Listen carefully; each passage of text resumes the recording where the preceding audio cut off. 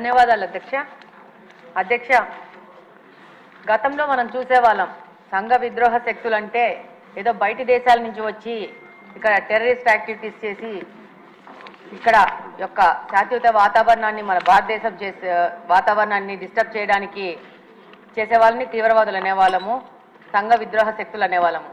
కానీ 2019వ సంవత్సరం నుంచి దీని అర్థం మారిపోయింది. గత పాలకులు గాంజా అనే మత్తు పదార్థాన్ని రాష్ట్రం మొత్తం తీసుకొచ్చి ప్రజల మీద దాడులు అనేది పెరిగిపోయాయి. ఈ గాంజా సేవించిన వాళ్ళు సామాన్య ప్రజల మీద దాడులు చేయడము, వాళ్ళని ఇబ్బందులు గురి చేయడం జరుగుతూ ఉంది.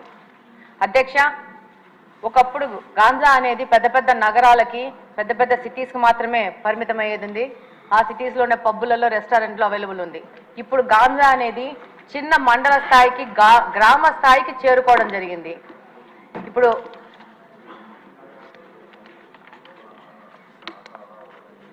ఈరోజు మామూలుగా తిరుగుతూ ఉంటే ఈ గాంజా ఇంత ఎక్కువైపోయింది ఏమని మాట్లాడుతుంటే స్టూడెంట్స్ అడుగుతూ ఉన్నారు, మాకు గాంజా ఎక్కడ దొరుకుతుందో తెలిసినప్పుడు దీన్ని కట్టడి చేయాల్సిన పోలీసులకు తెలియదు అది ఎక్కడ దొరుకుతుందో అని చెప్పేసి. ఎంతోమంది స్టూడెంట్స్ కలిసినప్పుడు ఎలక్షన్ క్యాంపెయినింగ్లో ప్రశ్నించడం జరిగింది. అలాగనే అధ్యక్ష, ఎన్నికల ముందు కానీ ఇప్పుడు ఎన్నికల తర్వాత కానీ ఈరోజు గ్రీవెన్సెస్ కోసం మన దగ్గరకు వచ్చిన దాంట్లో దాదాపు 30-40% ఈ గాంజా మీద ఎఫెక్ట్ అయిన వాళ్లే వస్తూ ఉన్నారు. ఎలాంటి సమస్యలు అంటే మనకు సభ దృష్టికి తీసుకొస్తే ఇది ఒక తమాషా వ్యవహారం ఉంటుంది.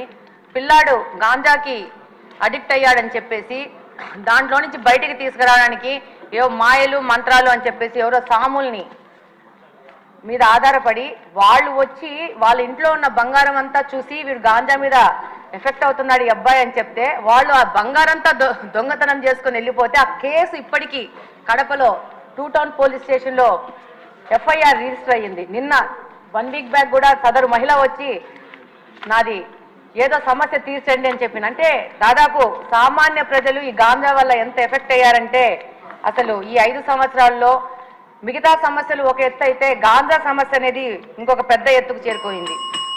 అలాగనే అధ్యక్ష, ఈ గాంజా సేవించిన వాళ్ళు సామాన్య ప్రజల మీద షార్ప్ ఆబ్జెక్ట్స్, ఇందాక హోమ్ మినిస్టర్ గారు అన్నట్టు బ్లేడ్ బ్యాచ్ అంటారు, వాళ్ళు అది బ్లేడో షార్ప్ ఆబ్జెక్టో చిన్న నైఫ్లో తెలియదు కానీ ఆ గాంజా మత్తులో వాళ్ళకు అంతకుముందు వాళ్ళతో ఏదైనా గొడవలు జరిగినా కానీ ఏమి జరిగినా కానీ ఏ విధమైన ప్రొవొకేషన్ లేకున్నా కూడా వాళ్ళని అటాక్ చేయడము, వాళ్ళ మీద దాడులు చేయడము, దాదాపు వాళ్ళకి ప్రాణం మీద ప్రమాదం వచ్చే లాగా దాడులు చేస్తూ ఉన్నారు. రంజాన్ మాసంలో కడప నియోజకవర్గంలో ఒక మసీదు నుంచి రాత్రి 11 గంటలకి నమాజు చేసుకొని బయటికి వస్తుంటే వచ్చిన పిల్లోడిని అసలు without any notice sharp object తీసుకొని కొయ్యడం జరిగింది. అబ్బాయికి దాదాపు రిప్స్లో దాదాపు 3-4 ఇంచెస్ లోపలికి వెళ్ళి హైదరాబాద్ అపోలోకి తీసుకొచ్చి దాదాపు 20 రోజులు పెట్టి దాదాపు 5-6 లక్షలు ఖర్చు అయిందని కూడా చెప్పారు. చెప్తున్నాను అయితే దాని మీద పోలీసు వాళ్ళకి దగ్గరికి వెళ్తే చాలా నామినల్ దొమ్మి కేసు, చిన్న 2 మనుషులు కొట్టుకుంటే జరిగిన గొడవలాగా కేసు రిజిస్టర్ చేశారు. అది గత ప్రభుత్వం వైసీపీ ప్రభుత్వ హయాంలో జరిగింది. ఇలాంటి కేసెస్ చాలా ఉన్నాయి పోలీస్ డిపార్ట్మెంట్ దగ్గర. వాటన్నిటి కూడా మళ్ళీ చెక్ చేసేసి వాటిని సరైన FIR రిజిస్టర్ చేసి వాళ్ళకి న్యాయం చేయాలని కోరుకుంటున్నాను. అలాగనే ఈ గాంజా మీద ఒక స్పెషల్ టాస్క్ ఫోర్స్ ఏర్పాటు చేసి ప్రత్యేకంగా మీకు అవసరం ఉంటే నాకంత తెలియదు కాబట్టి స్పెషల్గా రిక్రూట్ చేసుకునైనా కూడా దీని మీద ముందుకు పోవాల్సిన అవసరం ఎంతగానో ఉంది. లేకపోతే సమాజం మొత్తము పాడైపోయే ప్రమాదం ఉంది. ధన్యవాదాలు అధ్యక్ష.